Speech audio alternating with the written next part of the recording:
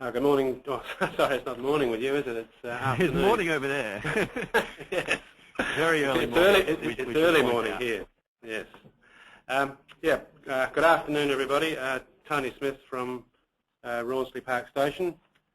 My family have got a long history in the Flinders Ranges as well, not quite as long as Hayden's, but I'm fourth generation farmer, I guess, or pastoralist in the Flinders. And my family have got a 30,000 acre sheep property that is now also a tourism enterprise. And I'm just going to take you through a little, a slideshow of the facilities that we have, the landscape of the Flinders Ranges, and I hope you'll be blown away. So, as you can see, we're about 400 kilometres north of Adelaide, so we're about a half-day drive out of Adelaide along sealed road, so it's really a self-drive destination out of Adelaide. The eco villas at Rawnsley, I guess, are what we promote strongly and what we think are our top accommodation, and they really are perhaps the best boutique accommodation that you'll find in the Flinders Ranges. I think they're situated on a little rise looking out onto the ranges, individual units, timber floors, really nice accommodation with a really special location.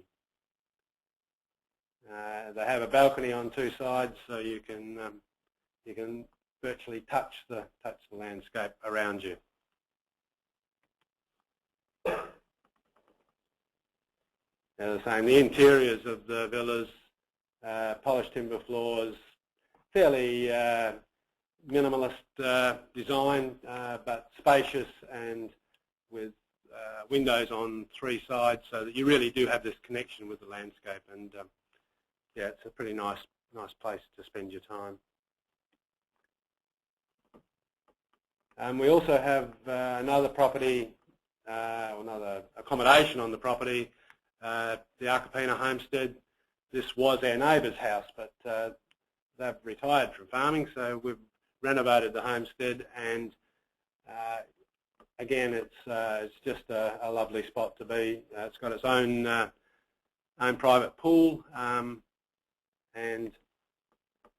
you know, you can sit in the living room, or you can go for a dip in the pool, and you've got this amazing landscape all around you.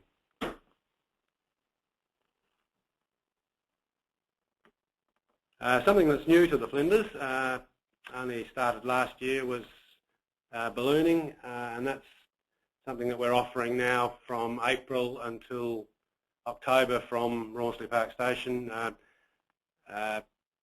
It's Outback Ballooning, who are actually based in Alice Springs, have now set up an operation at Rawnsley, and they're offering early morning balloon flights. So, like me this morning, you can get up early and float over the Flinders, and it really is a great way to see the region and to really experience the isolation and sometimes the wildlife too. Most times you'll see quite a bit of wildlife as you float above the landscape.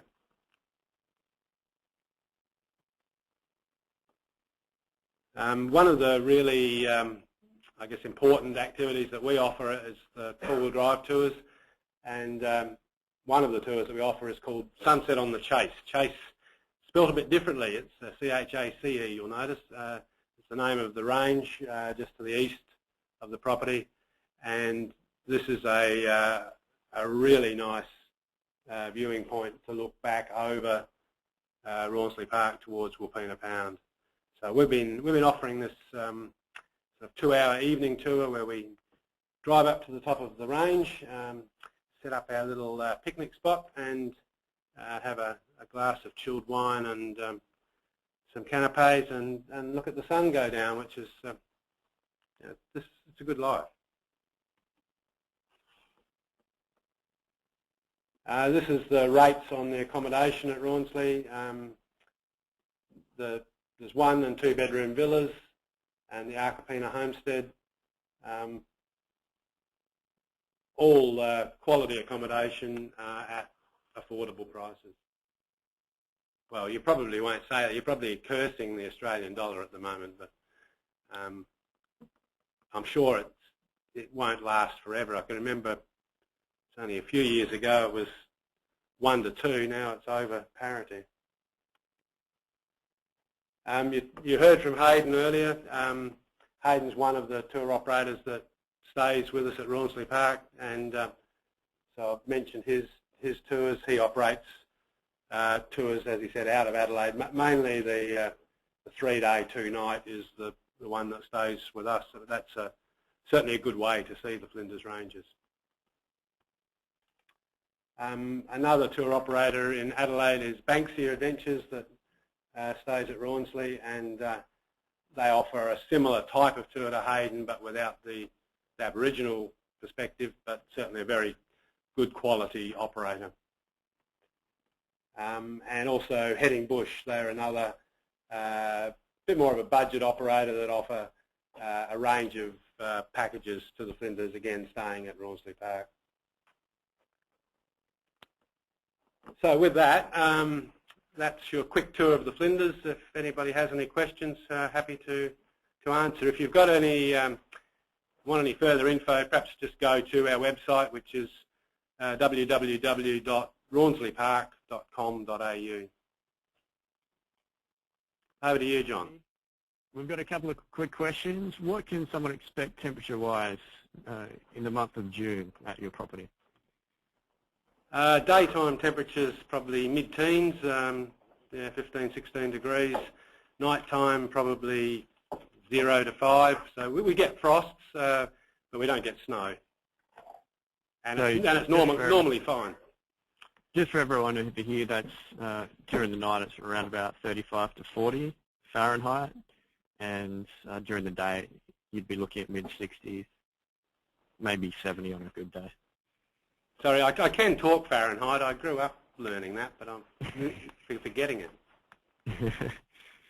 And we've got one more before we hand over. Can you tell us more about the accommodation? What's the minimum night stay that you recommend, and do people cook for themselves, or is there a restaurant on site?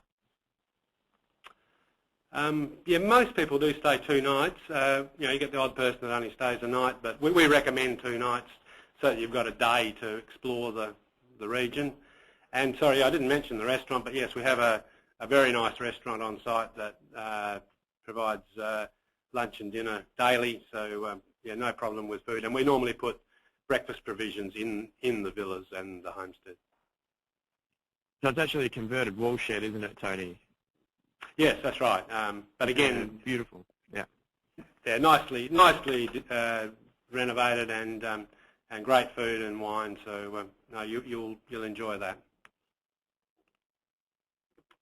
Fantastic. Thanks for that, Tony.